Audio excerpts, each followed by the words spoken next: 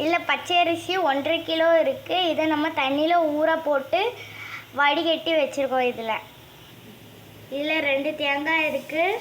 அதுக்கப்புறம் இந்த தேங்காவை தேங்காய் பால் கணக்காக அரைச்சிக்கணும். இந்த மாதிரி தேங்காய் பால் எடுத்துக்கணும். கிரைண்டரில் போட்டு இந்த பச்சரிசியை நல்லா அரைச்சி எடுத்துப்போம். இந்த பச்சரிசி மாவை அரைச்சி எடுத்துக்க போகிறோம். இந்த பச்சரிசி கூட தேங்காய் பால் ஊற்றிக்கிறோம்.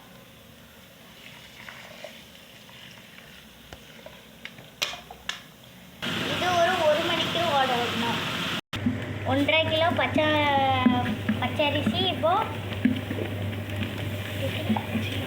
சீனி இப்போ போட்டு 3/4 கிலோ சீனி இப்போ போட்டுட்ருக்கோம். அரைக்க பட்சமே போடணும். நல்லா லைட்டாக அரைப்பட்ட பிறகு நல்லா அரைப்பட்ட பிறகு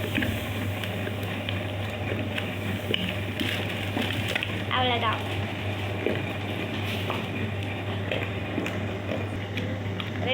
உப்பு,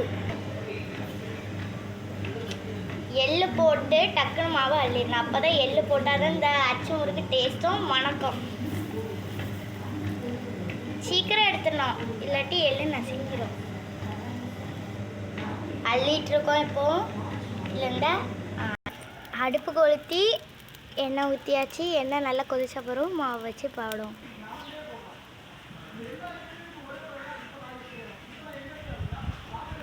இப்போ இதை வச்சு அச்சு போட்டுருக்கோம். அச்சு முறுக்கு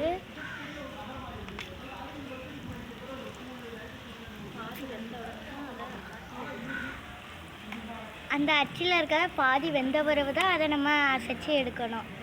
இல்லாட்டி எடுக்க போச்சோம் அந்த ஆப்பையோடையும் ஒட்டி வந்துடும். பாருங்கள், திரும்ப அந்த அச்சை உள்ளே போட்டுணும். அந்த அச்சு சூடான பிறகு தான் அந்த மாவுக்குள்ளே வச்சு எடுக்கணும்.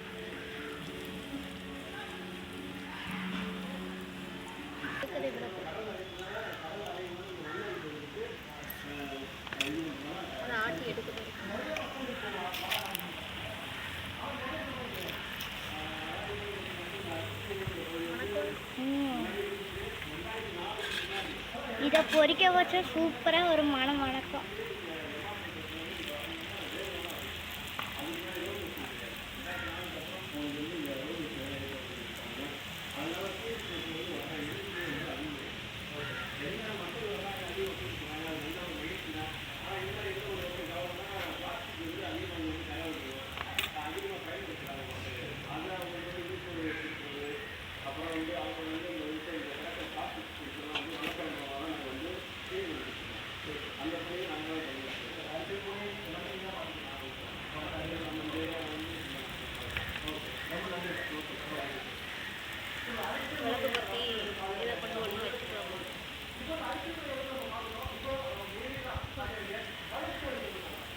வீடியோ முடிச்சுட்டு